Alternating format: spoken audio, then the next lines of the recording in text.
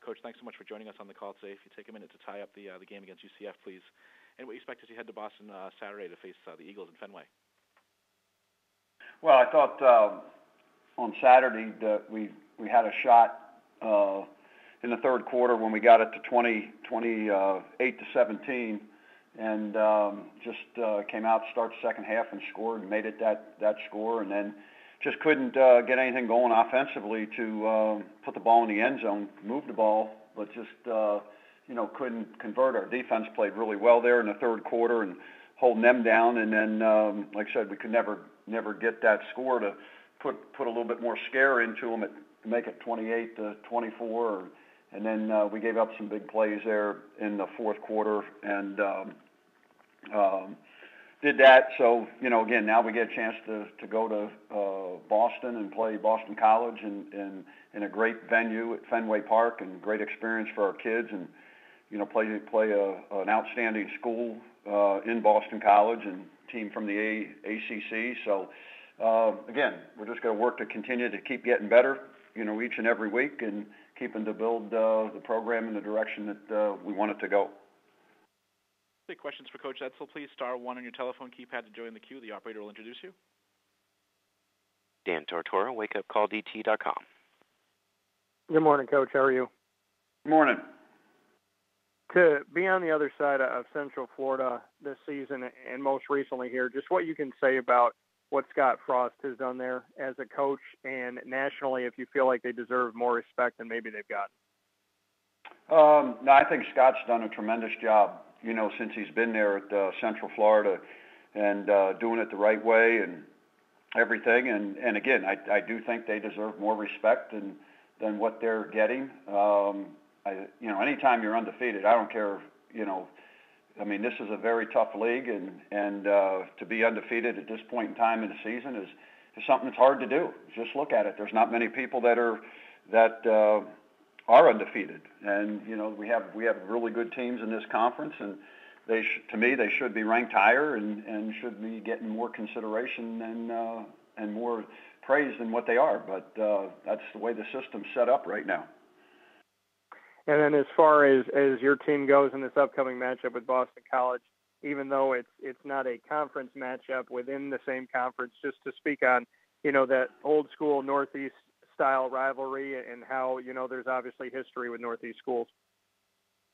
Yeah, I think it's great. I think it's something I wouldn't have a problem with playing Boston College every year.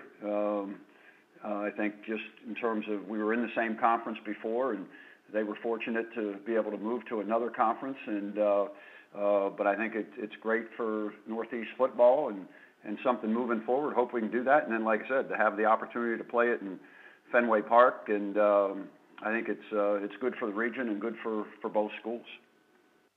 Thanks, Coach. I appreciate it. All right. Take care. John Altavilla, the Hartford Courant. Hey, thank you. Good morning, Randy. Morning, John. I don't even know if you're a baseball fan, but what and how important venues are to you in situations like this. But could you talk a little bit about actually playing this game in Fenway and the history of the ballpark, and are any of your players Red Sox fans?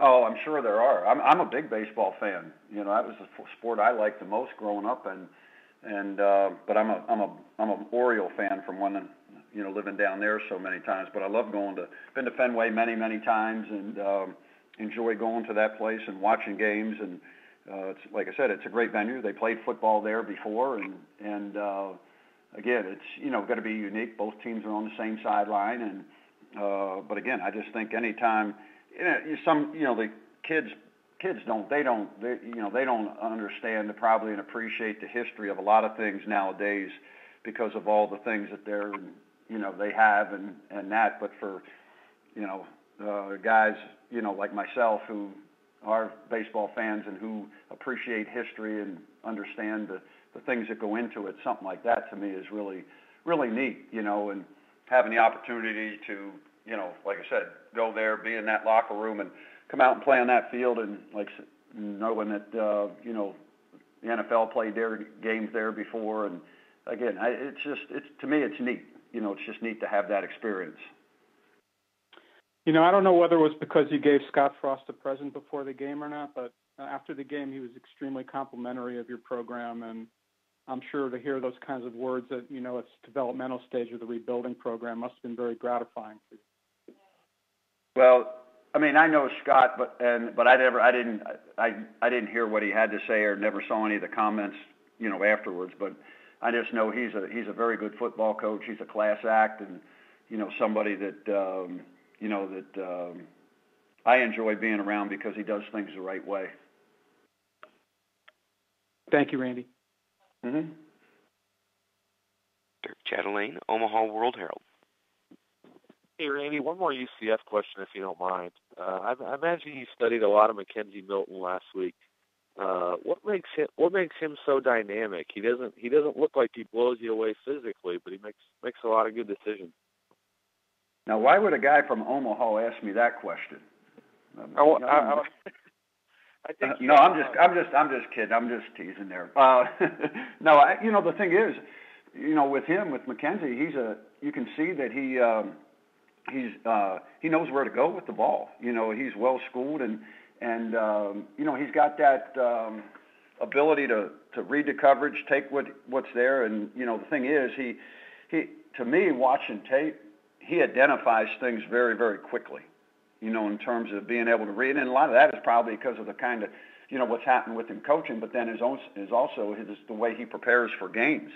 And then the other thing that I thought was really good, I think he has a really good sense to, when also if it's not there to pull the ball down and go with it, and he's got, good athletic ability, and it looks just to me, like I said, I'm not sitting in their meeting rooms, but he's a guy that really prepares very, very well, but then he has the skill set to go with it, but the preparation that he puts into it, because he knows how the ball comes out quick, it goes to where it's supposed to go, efficient, effective, and doing those things. So, I think it's a combination of his ability to prepare, and then, the ability of Scott to put him in those positions to take advantage of his skill set.